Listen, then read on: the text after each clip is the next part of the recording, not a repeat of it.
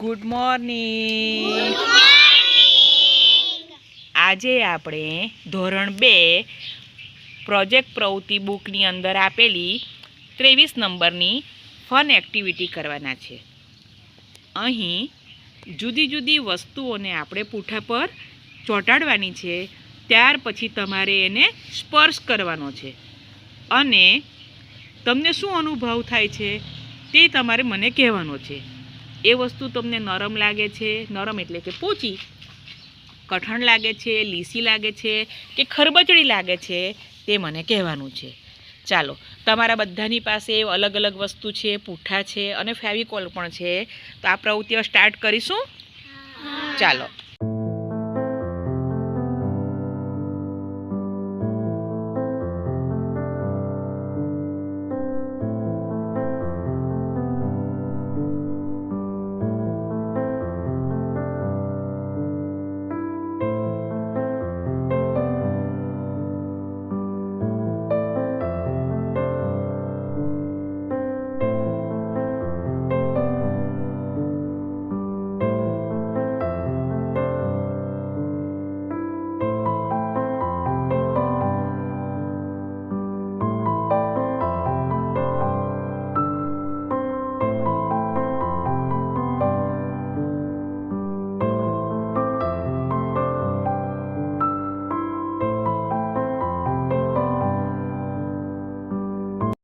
ચાલો, આ શું છે?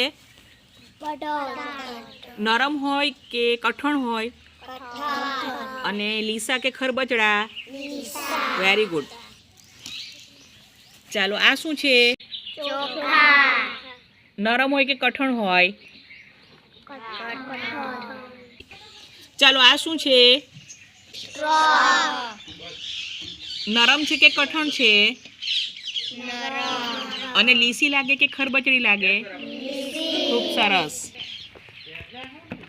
ચાલો, આ શું છે? શું છે? નરમ હોય કે કઠણ હોય?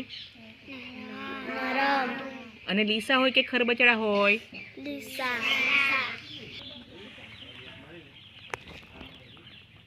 ચાલો, આ શું છે? નરમ હોય કે કઠણ હોય? અને લીસા હોય કે ખરબચડા લાગે?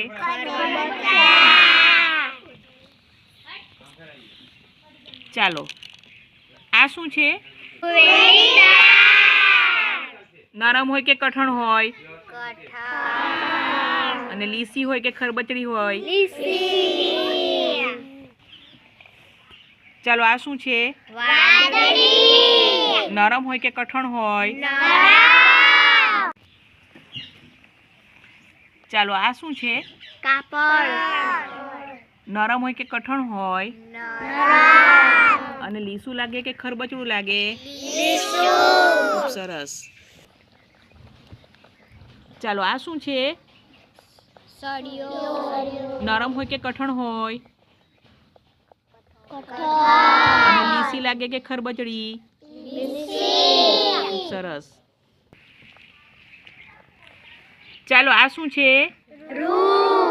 નરમ હોય કે કઠણ હોય? લીસું લાગે કે ખરબચડું? ચાલો, આ શું છે? નરમ હોય કે કઠણ હોય? અને લીસી લાગે કે ખરબચડી લાગે? ચાલો, આ શું છે? નરમ હોય કે કઠણ હોય? અને લીસા લાગે કે ખરબચડા? ચાલો, આ શું છે? નરમ હોય કે કઠણ હોય? અને લીસી લાગે કે ખરબચડી લાગે? ચાલો, આ શું છે? નરમ હોય કે કઠણ હોય? અને લીસા લાગે કે ખરબચડા? લીસા. આપણે એક એક મગની એની સપાટી પર આવડીએ ને તો લીસી લીસી હોય છે, બરાબર ને? એટલે લીસા લાગે.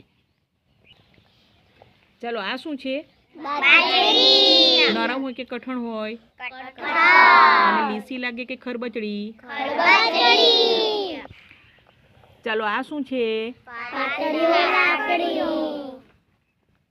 નરમ હોય કે કઠણ હોય? અને લીસી લાગે કે ખરબચડી?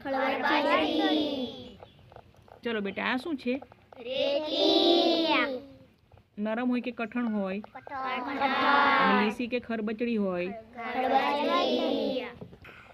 ચલો આ શું છે?